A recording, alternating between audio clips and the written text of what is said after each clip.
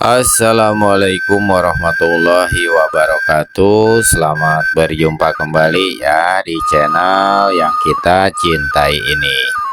Saya akan melanjutkan cerita silat Wiro Sableng, Pendekar Kapak Maut Naga Geni 212, episode yang ke-32. Bajingan dari Susukan, bagian yang pertama, karya almarhum Bastian Tito. Selamat mendengarkan bagian yang pertama. Lelaki berpakaian merah itu berlari seperti dikejar setan. Dalam kegelapan malam, tubuhnya beberapa kali membentur pohon. Pakaiannya robek-robek terkait duri. Bahkan kulitnya penuh dengan baret luka yang menjadi perih akibat teresap keringat. Namun semua itu tidak dipedulikannya. Dia lari terus sekencang yang bisa dilakukannya, walaupun napasnya mulai menyesak dan lidahnya terjulur-julur seperti anjing gila. Di tangan kirinya ada kantung kain. Sambil berlari, dia berulang kali berpaling ke arah timur. Demi saat langit di jurusan itu tampak menjadi terang. Hal inilah yang agaknya ditakuti orang berpakaian merah itu.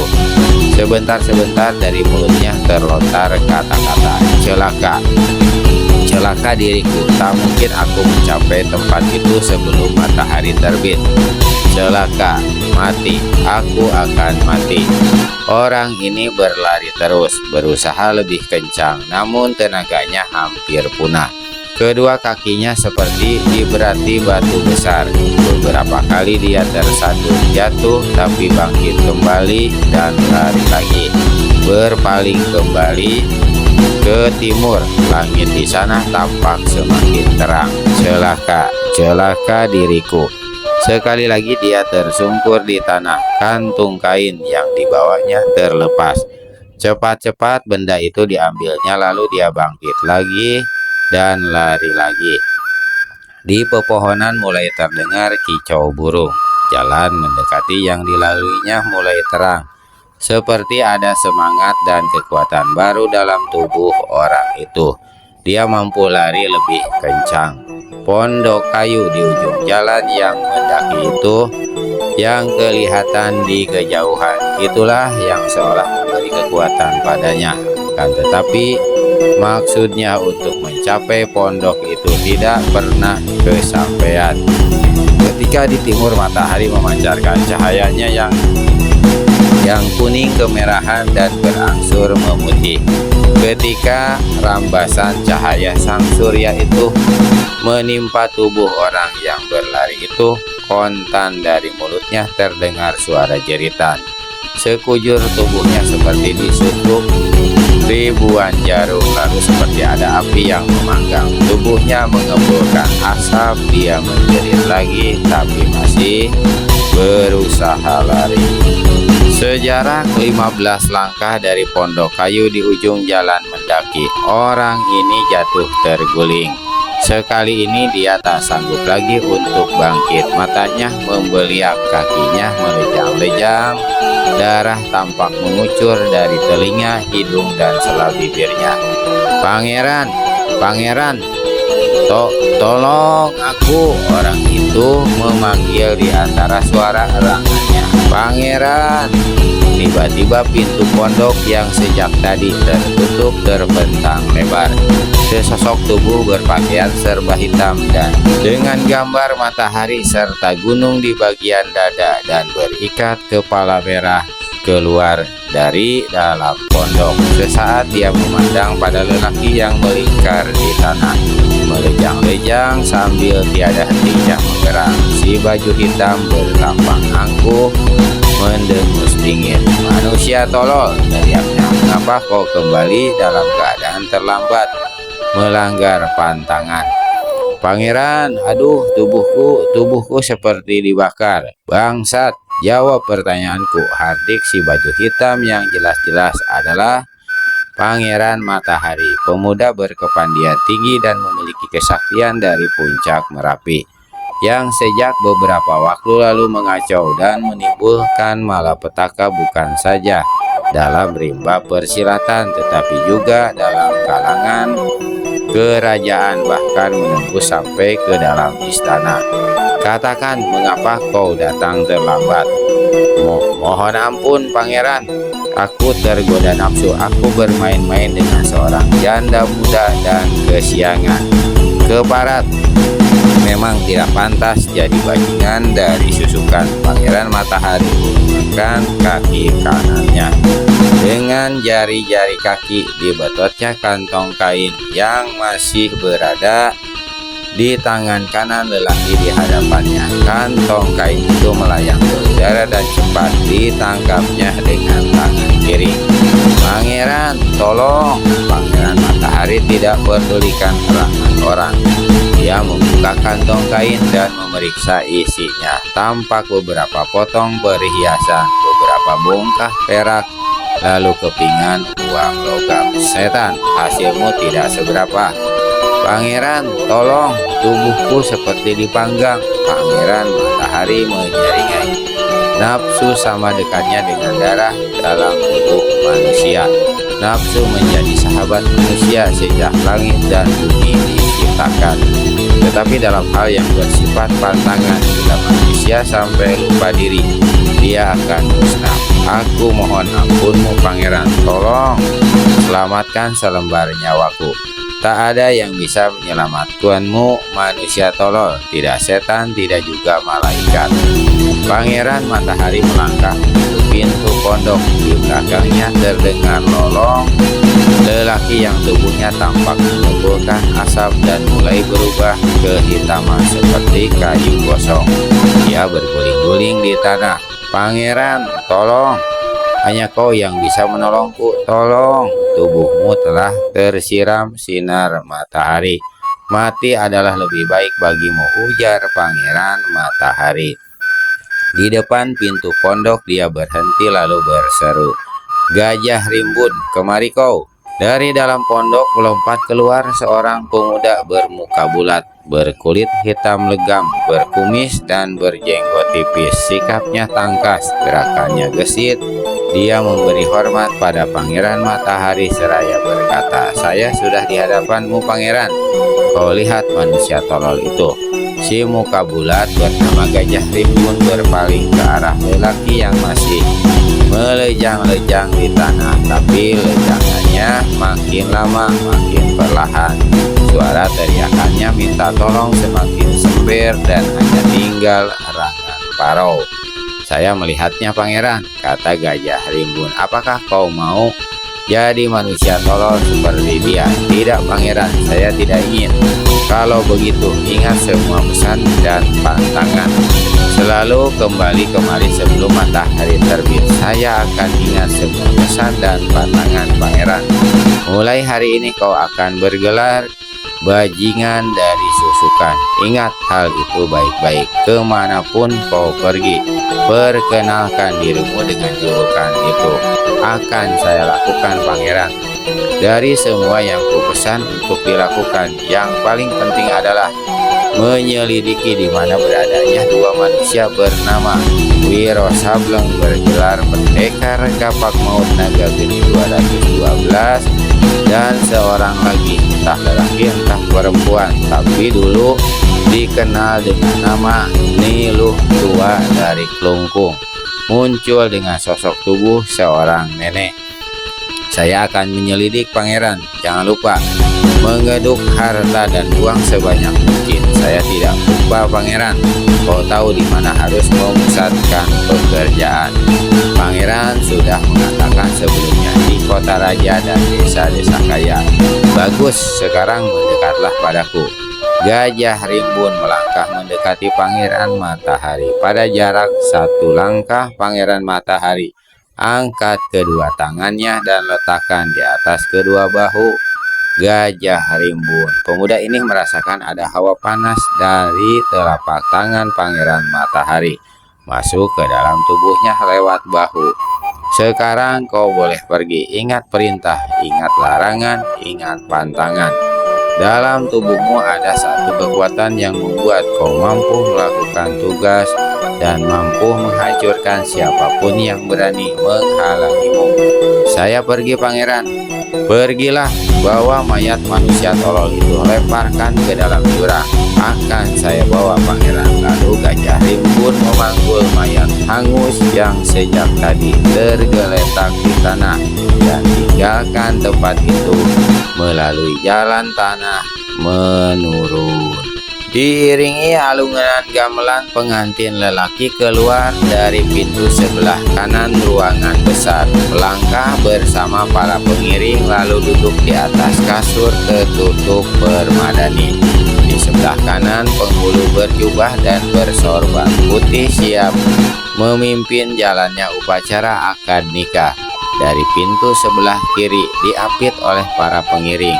Keluarlah pengantin perempuan yang kemudian mengambil tempat duduk berhadap-hadapan dengan pengantin lelaki. Melihat pada keadaan kedua mempelai, maka ini adalah satu perkawinan yang benar-benar tidak serasi. Pengantin lelaki seorang lelaki tua yang pantas disebut seorang kakek, bertubuh kurus, berwajah cekung keriput, berambut putih dan berkumis jarang yang juga sudah berwarna putih. Sebaliknya, sang mempelai perempuan belum lagi berusia 16 tahun, berparas cantik jelita tapi jelas masih kekanak-kanakan. Kepalanya selalu tertutup seolah-olah menyembunyikan sepasang matanya yang balut karena terlalu banyak menangis. Ketika penghulu mulai membuka upacara, alunan gamelan terdengar menjadi perlahan lalu berhenti sama sekali. Di antara para tamu yang hadir pada sore menjelang malam itu, tampak dan terasa adanya sesuatu yang tidak enak. Tidak enak bukan saja karena menyaksikan upacara pernikahan si kakek dengan si gadis yang pantas menjadi cucunya, melainkan disebabkan oleh pola tingkah seorang tetamu muda bermuka hitam, berjenggot dan berkumis tipis. Saat itu tuan rumah masih belum mempersilahkan para tetamu untuk mencicipi minuman ataupun hidangan. Tapi tamu yang satu ini justru dengan seenaknya melahap makanan yang ada di depannya, meneguk minuman sepuasnya dan duduk sambil senyum-senyum cengengesan. Padahal sekian banyak wajah dan pandangan mata menatapnya dengan asam, bahkan ada yang berang. Seorang lelaki mendekati pemuda itu. Dia adalah salah seorang anggota keluarga pihak pengantin lelaki yang punya hajat. Orang ini menegur dengan berbisik, "Saudara, harap kau berhenti makan minum. Jika upacara pernikahan sudah selesai, kau boleh makan sekenyangmu dan minum sampai mabuk." Pemuda yang ditegur kelihatan bersikap acuh. Tanpa berpaling, dia malah menjawab, "Perutku lapar. Makanan dan minuman dihidangkan untuk disantap tetamu, dan aku adalah tetamu di tempat ini. Jika kau tuan rumah, mengapa tidak menghormati tetamu?" Lelaki yang tadi menegur tampak tak enak mendengar kata-kata itu, maka dia berkata lagi. Ini bukan berbisik tapi dengan suara keras hingga terdengar oleh orang-orang di sekitarnya. Jika sebagai undangan di situ tidak mau menghormati upacara ini, saya persilahkan saudara meninggalkan tempat ini. Pesta ini diadakan bukan untuk orang-orang rakus dan kelaparan. Oh begitu, si pemuda kembali menyauti. Dan lagi-lagi tanpa berpaling pada orang yang menegurnya, "Baiklah, aku akan meninggalkan tempat ini sebentar, tapi harap kau ikut bersamaku." Lalu pemuda itu berdiri. Dia menyentuh bahu orang yang menegurnya. Anehnya orang ini seperti bahu seekor kerbau yang dicucuk hidung, kemudian melangkah mengikuti si pemuda meninggalkan ruangan. Para tetamu yang hadir menyangka pihak tuan rumah itu sengaja mengantarkan si pemuda keluar ruangan. Mereka merasa lega karena kini pemuda yang menyebalkan itu sudah keluar. Namun tak seorang pun tahu kalau sesuatu telah terjadi dengan anggota keluarga tuan rumah itu. Tak selang beberapa lama pemuda tadi nampak muncul kembali seorang diri, dan dia kembali duduk di tempatnya semula. Seperti tadi, dia pun kembali pula melahap makanan yang ada di hadapannya. Sementara itu upacara pernikahan sampai pada persembahan dan pertunjukan mas kawin lelaki untuk mempelai perempuan. Mas kawin itu terletak di atas sebuah nampan perak besar berupa 3 buah kotak kayu kecil berisi emas perhiasan, dan beberapa di antaranya bertahtakan batu-batu permata yang sangat mahal. Ketika 3 buah kotak itu dibuka, tiba-tiba pemuda yang asik menggerogoti paha ayam bangkit berdiri. 2 kali melompat-lompatan, dia telah berada di hadapan penghulu. Perkawinan gila itu tidak perlu diteruskan. Kalian harus membayar semua kegilaan ini dengan 3 kotak berisi perhiasan itu. Pemuda itu berteriak lantang. Sekali dia berkalimat, maka 3 kotak kayu berisi perhiasan sudah berada dalam tumpitan tangan kirinya. Serta merta pesta besar itu menjadi geger. Semua orang terkejut. Penghulu berteriak, pengantin lelaki dan para pengiringnya tegak melompat. Beberapa perempuan pengiring pengantin perempuan terpekik, sementara pengantin perempuan sendiri untuk pertama kali angkat wajahnya dan menyaksikan kejadian itu dengan terheran-heran. Penghulu berjubah putih setelah lenyap kagetnya kini berganti marah. Namun sebelum dia memetak, seorang lelaki bertubuh tinggi besar mengenakan jas tutup coklat gelap sudah lebih dulu menghardik. Dia adalah paman pengantin perempuan. Orang gila kesasar. Lekas letakkan kembali 3 kotak kayu itu dan cepat minggat dari sini. Si pemuda tertawa lebar. Aku tahu sampean adalah Sentono Puro, paman pengantin perempuan. Aku juga tahu sampeanlah yang mengatur secara paksa perkawinan ini, karena sampean mengharapkan imbalan harta dan uang serta jabatan dari pengantin lelaki seekor kambing tua itu. Plak! Tamparan keras melabrak pipi si pemuda. Yang menampar adalah Sentono Puro, paman pengantin perempuan. Yang ditampar usap pipinya yang tampak merah, tak kelihatan bayangan rasa sakit pada air mukanya. Malah pemuda ini menyeringai. Tiba-tiba dia gerakan tangan kanannya. Buk! Sentono Puro terpental ketika dada kirinya ditimpuk jotosan si pemuda. Tubuhnya terguling di atas permadani. Dia mencoba bangkit kembali, tapi matanya tampak mendelik, dan detik itu pula tubuhnya tersungkur kembali. Kali ini tidak bangkit lagi untuk selama-lamanya. Darah mengucur di sela bibirnya. Kurang ajar! Kembalikan perhiasan milikku itu. Pengantin lelaki tiba-tiba berteriak. 2 orang pengiringnya tampak mencabut keris. Pemuda kembali tertawa lebar. Masih untung aku hanya mengambil perhiasan milikmu, Bandel tua. Apakah kau mau aku juga mengambil jiwamu seperti yang kulakukan pada Sentono Puro bangsat? Bandel tua tak bermalu, memaksa kawin anak orang yang pantas jadi cucunya. 2 orang pengiring pengantin yang sudah tidak sabar langsung saja melompati pemuda itu sambil tusukan keris. Kalian sejengung-sejengung pengiring kambing tua memang layak mampus dahulu, si pemuda membentak. Tangan dan kakinya bergerak. 2 penyerang terlempar ke belakang. Yang satu melolong setinggi langit karena hancur selangkangannya, satunya lagi remuk dadanya. Keduanya menyusul Sentono Puro. Jelit pekik terdengar di sana-sini. Pengantin perempuan dilarikan ke ruangan lain. Para tetamu menjauh ketakutan. Namun seseorang menyeruak ke depan seraya membentak, "Pemuda iblis, lehermu layak ditebas." Pemuda itu berpaling. Di hadapannya tegak seorang pemuda berpakaian ungu. Sikapnya keren, dan di tangan kanannya ada sebilah golok panjang. Lagamu boleh juga sobat. Siapa kau? Tanya pemuda yang merampas 3 kotak perhiasan. Aku Suto Angin, perwira ketiga pada jajaran pasukan Kota Raja. Pemuda yang Agak Golok kenalkan diri. Kau sendiri siapa? Kenapa berani mengacau perjamuan orang? Malah menggaros emas kawin. Aku bukan menggarong, tapi menghumpung bando tua yang pergunakan kekayaan dan kekuasaan untuk mengawini seorang gadis cilik. Lagamu seperti pahlawan saja, dengus Suto Anget.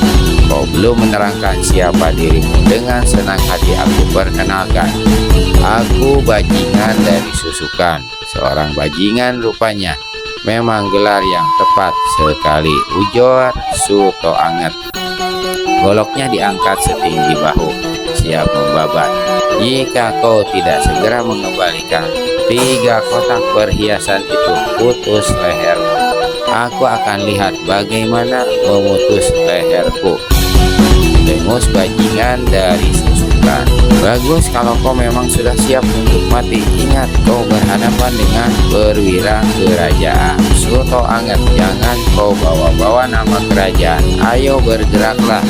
Golok di tangan perwira ketiga itu berkelebat mengeluarkan suara angin bersiuran, menebas ke arah batang leher pemuda bermuka hitam. Tapi serangan itu hanya setengah jalan. Dalam satu gerakan cepat, jotosan tangan kanan bajingan dari Susukan menghentam dada sang perwira lebih dulu. Tubuh Suto Anget mencelat mental, pedangnya terlepas, dia terjengkang di lantai semburkan darah segar, lalu rebah tak berkutik lagi.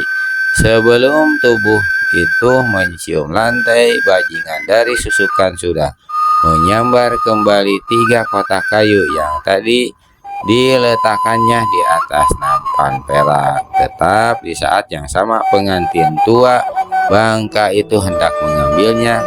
Penasaran didahului orang, kakek tua itu serta-merta melompat si pemuda. Satu tangan coba merampas kotak berisi perhiasan, satunya lagi mencakar ke arah wajah. Pak, pengantin tua menjerit, tubuhnya terhuyung-huyung sambil pegangi tangan kanannya yang patah akibat dipukul bajingan dari Susukan. Pemuda ini menjerit, masih untung cuma lenganmu yang kupatahkan, bukan lehermu. Habis berkata begitu, pemuda ini melangkah ke pintu sebelah kiri. Sesaat kemudian terdengar pekik jerit orang banyak. Pengantin perempuan dilarikan, pengantin perempuan diculik. Kekacauan di tempat perhelatan itu tidak terkirakan lagi. Pengantin lelaki terduduk di pelaminan, tidak henti-hentinya berteriak seperti orang kurang waras. Perhiasanku, emas kawin itu, istriku, istriku, mana istriku? Di langit bulan setengah lingkaran tertutup awan. Malam yang gelap jadi tambah gelap. Udara tambah dingin karena menjelang dini hari. Di dalam pondok kayu di ujung jalan yang mendaki, Gajah Rimbun alias bajingan dari Susukan menghadap Pangeran Matahari yang duduk bersila. Tiada hentinya tersenyum dan memuji. Kau memang pantas menyandang julukan bajingan dari Susukan itu, Gajah Rimbun. Hasilmu yang pertama sangat memuaskan. Bukan saja 3 kotak berisi barang-barang perhiasan ini, tapi kau malah juga membawakan seorang gadis cantik untukku. Itu jika pangeran berkenan padanya, kalau tidak, saya pun tak akan menampik, menjawab Gajah Rimbun. Pangeran Matahari tertawa gelak-gelak. Ketika saya bawa lari, gadis ini tiada melawan atau menjerit. Ketika saya tanyakan, katanya dia pasrah hendak diapakan asal bebas kawin paksa dengan bando tua bermuka kambing itu. Begitu. Siapa namanya Gajah Rimbun? Bertanya Pangeran Matahari. Katakan namamu pada pangeran, berkata Gajah Rimbun pada gadis yang masih berpakaian pengantin dan duduk di sudut ruangan.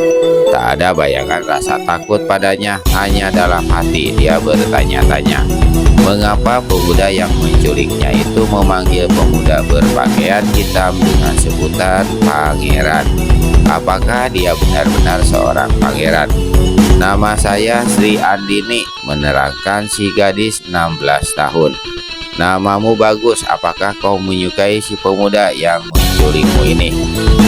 Ditanya begitu, Sri Andini tak bisa menjawab. Kau bebas memilih aku atau dia.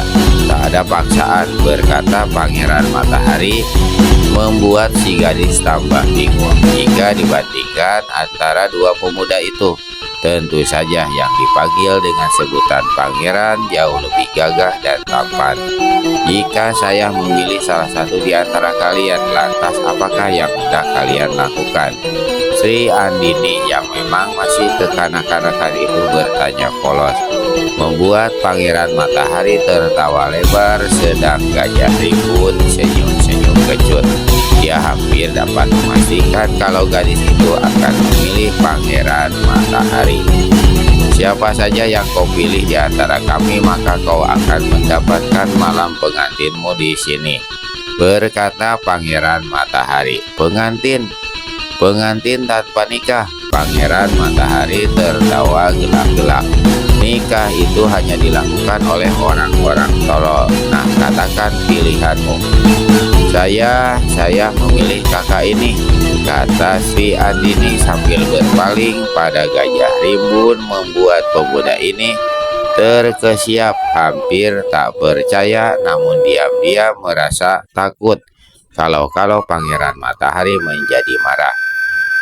Gajah Rimbun, rezekimu besar, kata sang pangeran, lalu berdiri dan melangkah ke pintu. Tiba-tiba dia membalikkan tubuh.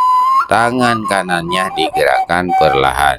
Di seberangnya terdengar jeritan Sri Andini. Tubuhnya terpental menghantam dinding. Wajah yang tadi putih, tubuh yang tadinya berkulit mulus, kini tampak gosong menghitam.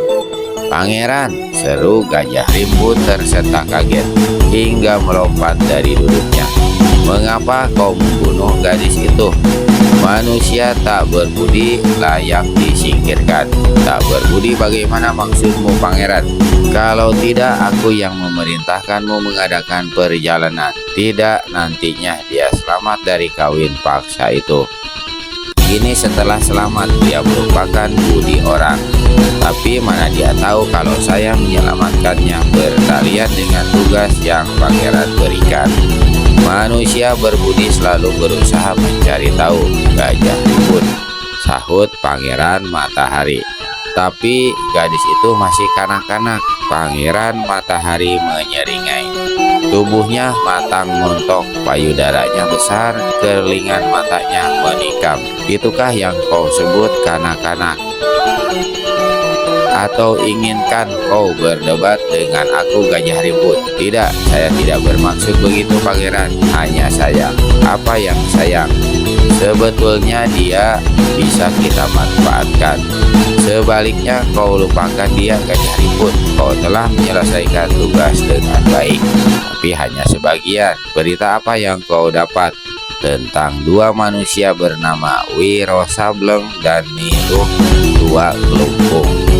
Mohon maaf, Pangeran, tak satupun saya menyerap kabar tentang orang-orang itu. Tapi saya punya berita lain yang tak kalah pentingnya. Lekas katakan. Jika tidak cukup penting nyawamu, imbalannya, ucaplah paras Gajah Rimbun. Tapi orang ini sangat yakin berita yang didapatnya sangat berguna bagi Pangeran Matahari. Maka dia pun menjelaskan. Kalangan istana saat ini tengah mengamati, bahkan boleh dikatakan mencurigai istri Sri Baginda yang ketiga. Pangeran Matahari keluarkan suara bergumam. Sepasang alis matanya yang tebal mencuat ke atas. Setelah acuh, ia bertanya, apa yang menjadi dasar kecurigaan itu? Dan kecurigaan tentang apa? Kecurigaan bahwa Raden Ajeng Siti Hinggil, istri si Baginda yang ketiga itu, mempunyai hubungan tertentu dengan pangeran. Diam-diam Pangeran Matahari semakin tertarik akan cerita Gajah Rimbun. Namun sikap dan air mukanya di luar tetap seperti tak acuh. Mengapa orang-orang itu bersikap demikian? Aneh. Menurut penuturan, sewaktu pangeran menyerbu istana beberapa bulan yang silam, mereka mengenali cincin emas bergambar burung Raja Wali yang pangeran pakai itu. Menurut mereka, cincin itu dikenal sebagai milik Raden Ayu Puji Lestari. Jika ibu dan putrinya itu tidak dapat menerangkan apa hubungan mereka dengan pangeran, besar kemungkinan Sri Baginda sendiri akan mengambil tindakan hukum, memenjarakan istri dan putrinya itu. Raja tolol, tertak Pangeran Matahari. Ibu dan anak itu juga tolol, tidak bisa memberikan jawaban. Mereka tidak bisa membela diri karena tidak bisa memperlihatkan mana cincin milik putri pemberian Sri Baginda. Pangeran Matahari terdiam. Sesaat kemudian dia berkata, "Kau berangkatlah ke kota raja, serahkan cincin itu pada Raden Ayu Puji Lestari Ambarwati. Dengan demikian dia dan ibunya akan dapat mementahkan kecurigaan orang-orang itu." Jadi benar cincin itu milik Raden Ayu Puji Lestari, bertanya Gajah Rimbun. "Aku tidak menyuruhmu," bahkan bertanya Gajah Rimbun. "Tugasmu adalah menyerahkan cincin itu pada putri itu," sentak Pangeran Matahari dengan mata mendelik, membuat Gajah Rimbun ketakutan dan buru-buru meminta maaf atas kelancangannya. Lalu cepat mengambil cincin emas yang diangsurkan Pangeran Matahari.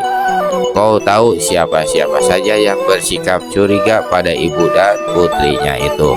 Yang pertama, patih kerajaan, lalu panglima kota raja, Raden Kertopati. Kalau saya tidak salah, panglima bala tentara kerajaan pun bersikap sama. Malah dia yang pula-pula sekali meminta Sri Baginda mengusut istri ketiga dan putrinya itu. Gajah Rimbun, kau pergilah cepat. Ingat baik-baik satu hal. Siapa saja yang akan mencelakai kedua perempuan itu, aku perintahkan kau untuk membunuhnya. Tentu saja Gajah Rimbun terkejut mendengar kata-kata itu. Saya siap menjalankan perintah pangeran, tapi jika harus berhadapan dengan orang-orang seperti Raden Kertopati, Panglima Kota Raja, dan Raden Mas Jayenggrono, Panglima Kerajaan, mana mungkin saya punya kemampuan. Tak perlu khawatir, kau akan punya kemampuan. Mendekatlah. Gajah Rimbun maju mendekati Pangeran Matahari. Sang pangeran angkat kedua tangannya. Telapak kiri kanan ditempelkannya ke dada Gajah Rimbun. Mulutnya tampak berkomat kamit. Sekarang kau sudah punya kemampuan, Gajah Rimbun. Pergilah dan ingat, jangan lupa memperkenalkan siapa namamu. Saya ingat pangeran, nama saya adalah Bajingan dari Susukan, jawab Gajah Rimbun. Ponggawa berkuda hitam itu memasuki halaman rumah besar kediaman R.A. Siti Hinggil. Sesaat dia bicara dengan prajurit yang tengah bertugas di pintu. Prajurit itu masuk ke dalam. Tak selang beberapa lama dia keluar kembali dan mempersilahkan Ponggawa tadi masuk mengikutinya. Kedua orang ini duduk bersila di depan sebuah kasur tinggi berselimutkan permadani. Duduk menunggu tanpa ada satupun yang bicara. Tak beberapa lama kemudian, si istri Sri Baginda yang ketiga keluar diiringi seorang anak lelaki berusia 6 tahun, berwajah cakap dan berpakaian bagus. Inilah Pangeran Sabrang, putra bungsu R.A. Siti Hinggil, adik Puji Lestari Ambarwati yang juga merupakan adik Pangeran Anom alias Pangeran Matahari. Anak ini duduk seenaknya di samping ibunya yang duduk di atas kasur tinggi. Kau membawa berita atau pesan dari keraton? R.A. Siti Hinggil bertanya. Ponggawa itu memberi hormat sebelum menjawab. Betul sekali Raden Ajeng. Bisakah saya sampaikan sekarang? Katakanlah. Raden Ajeng dan Raden Ayu Puji Lestari diminta Patih Haryo Unggul untuk menghadap siang nanti sehabis pada asar.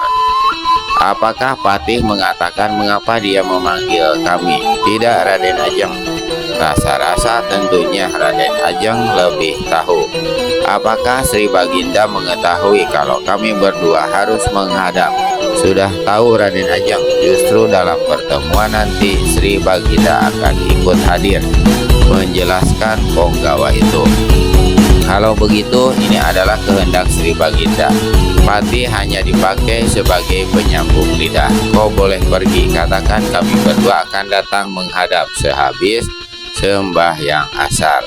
Ponggawa itu memberi hormat, lalu dengan terbungkuk-bungkuk meninggalkan tempat itu, diikuti prajurit yang tadi menemaninya. Ketika dia melangkah ke tempat kuda hitamnya ditambatkan, Ponggawa itu terkejut. Di atas kuda itu tampak duduk seorang pemuda tak dikenal, berkulit hitam, bermuka bundar. Menyangka orang hendak mencuri kudanya, Ponggawa itu segera menghunus pedangnya. Bangsat pencuri, besar sekali nyalimu. Pedang di tangan Ponggawa menderu, namun sesaat kemudian terdengar pekiknya. Bersamaan dengan pekik dan terlepasnya pedang, terdengar pula suara krak. Ternyata tulang sikut tangan kanannya remuk dihantam tendangan pemuda di atas kuda. Prajurit di sebelahnya mengangkat tangan, siap untuk menusukkan tombaknya, tapi dia pun bernasib sama. Tombak yang hendak dihantamkannya ke perut orang patah dua dan mental ke udara begitu dilabrak tendangan pemuda di atas kuda. Ponggawa, kau kembali ke keraton. Katakan pada orang-orang di sana bahwa Raden Ajeng Sitihinggil dan putrinya tidak akan datang menghadap ke sana. Juga katakan jika mereka masih berani mengganggu ketentraman ibu dan anak itu, jika mereka masih menaruh curiga terhadap keduanya, mereka bakal menemui kesulitan, bahkan kematian. Kau siapa? Bertanya si Ponggawa. Namaku Bajingan dari Susukan. Berani melawan kehendakku berarti minta mampus. Pergi lekas. Tapi kudamu tetap di sini. Kau bisa jalan kaki. Tidak bisa, itu kuda istana. Aku harus kembali bersamanya. Begitu, baiklah. Kau boleh mendungganginya. Berarti kedua kakimu tak ada gunanya. Pemuda di atas kuda hitam melompat turun. Begitu menjejakkan tanah, dia melompati si Ponggawa. Kaki kanannya menabas. Terdengar 2 kali suara krak. Ponggawa itu tersungkur ke tanah, menjerit kesakitan. Kedua tulang kakinya kiri kanan patah dalam keadaan menjerit-jerit kesakitan. Bajingan dari Susukan alias Gajah Rimbun angkat tubuhnya dan naikkan ke punggung kuda hitam. Kuda ini digebraknya, membuatnya lari kencang membawa Ponggawa yang masih terus berteriak-teriak. Suara jerit ribut-ribut di halaman membuat Sitihinggil dan Puji Lestari keluar dari dalam gedung, diikuti Pangeran Sabrang. Mereka masih sempat melihat Ponggawa yang tadi menghadap terbujur melintang di atas punggung kuda yang berlari meninggalkan halaman rumah besar. Apa yang terjadi dengan Ponggawa itu? Bertanya Sitihinggil. Prajurit yang ada di tangga rumah tak berani membuka mulut. Ketika pandangan Sitihinggil membentur Gajah Rimbun, dia segera menegur. Kau siapa? Gajah Rimbun menjura hormat, tapi matanya sesaat mengerling pada Puji Lestari Ambarwati. Hatinya berdesir. Tak pernah dia melihat gadis secantik ini. Rambutnya yang hitam, kulitnya yang kuning mulus, sepasang mata yang berkilat-kilat dan tubuh yang begitu besar montok. Apakah sebenarnya hubungan Pangeran Matahari dengan kedua perempuan ini? Hatinya benar-benar terpikat pada Puji Lestari. Jika Pangeran Matahari mengizinkan, sangat beruntung kalau dia dapat memiliki gadis ini. Tapi memiliki putri raja. Gajah Rimbun menertawai dirinya sendiri. Apa salahnya? Orang bertanya, kau tak menjawab. Apakah bisu atau tuli? Yang membentak adalah Puji Lestari, membuat Gajah Rimbun gugup. Saya bajingan dari susukan. Nama apa itu? Ujar Puji Lestari. Apa betul itu namamu? Betul sekali Raden Ayu. Nama saya memang jelek.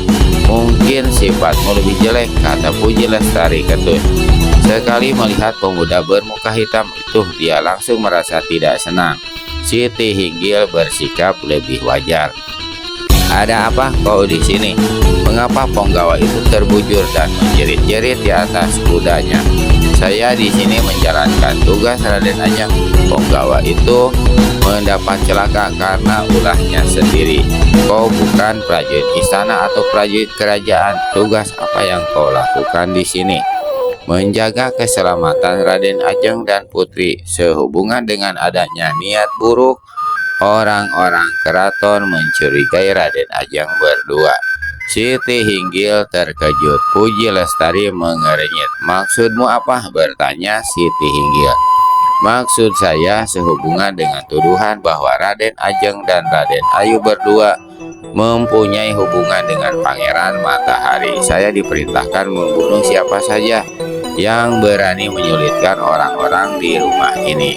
Siapa yang memerintahmu? Tanya Puji Lestari. Saya tidak berani mengatakannya Raden Ayu, jawab bajingan dari susukan alias Gajah Rimbun. Siapapun kau adanya dan perintah apapun yang sedang kau jalankan, aku tidak senang melihatmu di sini. Keselamatan rumah ini adalah tanggung jawab raja. Namamu saja bajingan dari susukan. Siapa yang percaya padamu? Menyambung Puji Lestari. Jangan-jangan kau bangsa maling atau garong yang hendak berbuat jahat terhadap kami. Gajah Rimbun tersenyum tawar dan menjawab, jika saya ingin berbuat jahat, sudah dari tadi dapat saya lakukan. Semudah saya membalikan telapak tangan. Berkata pemuda itu, lihat apa yang ada dalam tangan saya. Katanya demikian. Tangan kirinya tadi terkepal di bukanya. Siti Hinggil dan Puji Lestari sama-sama memandang ke arah tangan kiri itu, dan keduanya sama-sama terkejut. Di atas telapak tangan si pemuda bermuka hitam, mereka melihat sebuah tusuk konde emas. Astaga! Raden Ajeng! Siti Hinggil berseru seraya memegang rambutnya. Tusuk konde yang ada di tangan si pemuda adalah tusuk konde yang sebelumnya menancap di gelungan kondenya. Bagaimana benda itu tahu-tahu berada dalam tangan pemuda itu tanpa dia melihat kapan orang mengambilnya, bahkan tanpa merasa sama sekali. Kau punya ilmu hitam, sentak Puji Lestari. Gajah Rimbun tersenyum. Saya tidak punya ilmu apa-apa Raden Ayu, jawab pemuda itu, lalu mengembalikan tusuk konde emas pada Siti Hinggil. Lebih cepat kau pergi di sini, lebih baik, kata istri si Baginda yang ketiga itu. Saya memang akan pergi Raden Ajeng, tapi tidak terlalu jauh. Satu hal perlu diketahui, justru si Baginda sendiri sangat menaruh curiga pada kalian ibu dan anak. Kalangan istana menduga keras kalian punya sangkut paut tertentu dengan Pangeran Matahari, berniat menumbangkan tahta raja. Ini semua gara-gara cincin milik Raden Ayu yang diberikan dan dipakai oleh Pangeran Matahari waktu menyerbu keraton tempo hari. Jadi kalau begitu pangeran itulah yang memerintahkanmu, ujar Sri Lestari. Saya tidak berani membenarkan hal itu, jawab Gajah Rimbun. Katakan di mana pangeran itu sekarang, ujar Sang Dara. Saya tidak tahu dia ada di mana Raden Ayu. Saya ditugaskan untuk menyerahkan barang ini. Lalu Gajah Rimbun mengeluarkan cincin emas bergambar burung Raja Wali pada Puji Lestari. Dalam terkejut, Puji Lestari mengambil cincin itu, mengamatinya sebentar lalu memandang pada ibunya. Saya yakin Pangeran Matahari yang menyuruhnya. Siti Hinggil mengangguk dan membuka mulut hendak menanyakan sesuatu, tapi bajingan dari susu pasukan sudah berkelebat pergi. Belum lama Gajah Rimbun berlalu. Belum lama Raden Ajeng, Siti Hanggil dan putrinya serta pangeran seberang masuk ke dalam rumah besar. Serombongan orang berkuda muncul. Mereka berjumlah 5 orang. Dari pakaian dan senjata yang tersisip di pinggang masing-masing jelas mereka adalah abdi-abdi atau pasukan kerajaan. Bertindak sebagai pemimpin seorang perwira muda bertubuh tinggi kurus yang memiliki sepasang mata sangat merah. Di kalangan pasukan dia dikenal sebagai julukan si mata api. Pandangannya memang angker dan ilmu silatnya cukup tinggi. Baru saja kelima orang itu turun dari kuda masing-masing. Bahkan belum sempat bicara dengan prajurit pengawal yang datang menyongsong, Gajah Rimbun tahu-tahu sudah berdiri di tangga rumah. Sikapnya jelas menghalangi siapa saja yang hendak masuk. Sementara itu sebuah kereta kecil kelihatan memasuki pintu halaman. Perwira muda berjuluk si mata api memandang tak berkesip pada Gajah Rimbun, membuat bajingan dari susukan itu tergetar juga hatinya. Tampangmu baru hari ini kulihat. Aku tahu pasti kau bukan prajurit kerajaan atau pengawal gedung kediaman istri Sri Baginda. Mengapa kau berani jual lagak kurang ajar di hadapan kami, pasukan kerajaan? Gajah Rimbun seperti takjub. Sambil memandang ke kiri dia bertanya, "Perwira, apakah kau mencari orang bernama bajingan dari susukan?" "Bukan saja mencarinya, tapi akan mematahkan batang lehernya," sahut si mata api. "Dia telah menganiaya seorang anak buahku." "Ah, kalau begitu kau datang tepat pada waktunya." Habis berkata begitu, Gajah Rimbun ulurkan lehernya. "Akulah orang yang kalian cari. Silahkan mematangkan batang leherku, bangsat." "Emang minta mampus," teriak si mata api marah. Tapi dia tak mau turun tangan sendiri. Seraya berpaling pada 4 orang anak buahnya, dia berikan perintah, "Cincang ke parat muka hitam ini." 4 buah pedang berkeresakan keluar dari sarung masing-masing, lalu serentak diayunkan ke arah Gajah Rimbun. 2 menabas pundak, 1 membacok golok, satunya lagi membabat leher yang masih diulurkan. Apa yang terjadi kemudian membuat si mata api yang terkenal buas menjadi bergidik. Ketika 4 buah pedang itu dilihatnya hanya tinggal sejengkal mencapai sasaran, tiba-tiba pemuda bermuka hitam gerakan kedua tangannya. 2 buah pedang mencelat ke udara bersamaan dengan jeritan 2 prajurit. Tangan masing-masing patah dan tapak berubah menjadi hitam. 2 prajurit lagi terhempas ke tanah dan berguling-guling sambil menggerung. Tubuh mereka tampak mengeluarkan asap. Sesaat kemudian keduanya melingkar, tak berkutik lagi dalam keadaan tubuh gosong seperti dibakar. Ketika pemuda itu hendak bergerak ke arahnya, si mata api cepat berseru, "Tahan!" Kau takut mampus?" tanya Gajah Rimbun sambil menyeringai, membuat si mata api merintih. "Jika kau menyerah hidup-hidup, hukuman atasmu akan kuperingan. Kalau kau mau pergi dari sini, nyawamu akan kuampunkan." "Balas bajingan dari susukan, kurang ajar. Kau kira aku takut padamu?" bentak si mata api. Tinju kanannya menderu deras ke arah muka Gajah Rimbun yang diserang meruntuh. Tapi tinju yang tadi mengarah muka tahu-tahu berubah cepat menghantam dada dan mengenai dada kiri Gajah Rimbun dengan keras hingga pemuda ini terjengkang.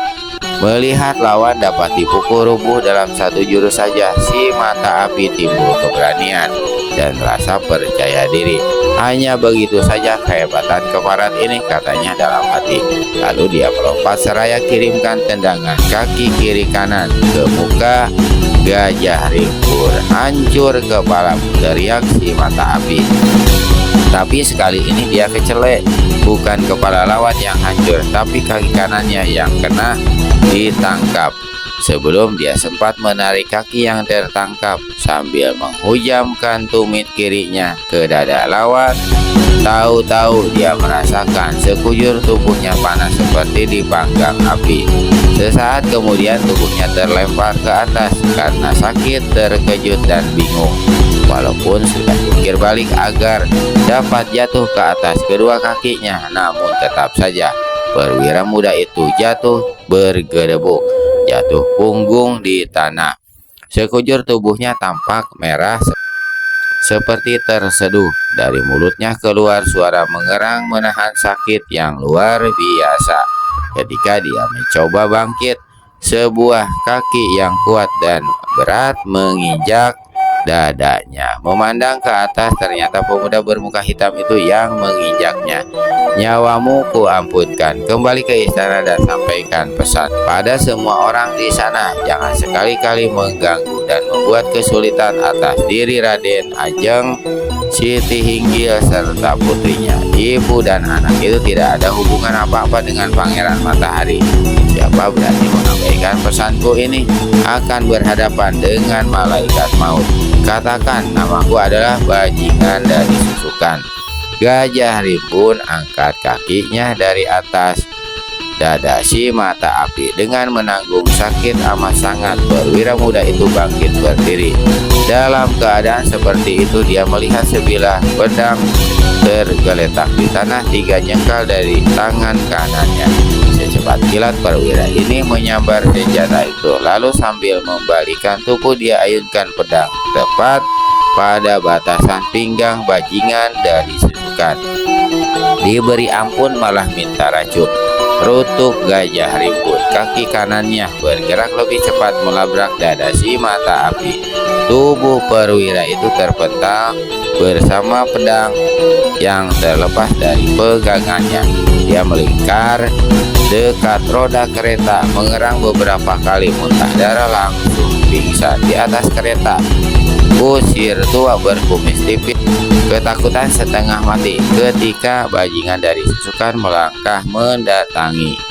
"Angkat tubuh perwira itu, bawa ke istana. Jika dia mampus di perjalanan, maka kau harus menyampaikan apa yang kau lihat dan apa yang kau dengar di tempat ini. Mengerti?" Saya mengerti." Kusir tua cepat turun lalu mengangkat tubuh si mata api dengan susah payah. Tanpa menunggu lebih lama, dia segera membedal kuda penarik kereta. Ketika Gajah Rimbun melangkah meninggalkan tempat itu, di tangga rumah tampak tegak Raden Ayu, Siti Hinggil, dan Puji Lestari Ambarwati. "Lagi-lagi kau berani membuat onar di sini," terdengar ucapan Puji Lestari disertai air muka sangat tidak senang. Gajah Rimbun membungkuk hormat. "Maafkan saya Raden Ayu, bajingan dari susukan hanya menjalankan perintah. Kau tunggulah, orang-orang dari istana pasti akan menangkapmu hidup atau mati."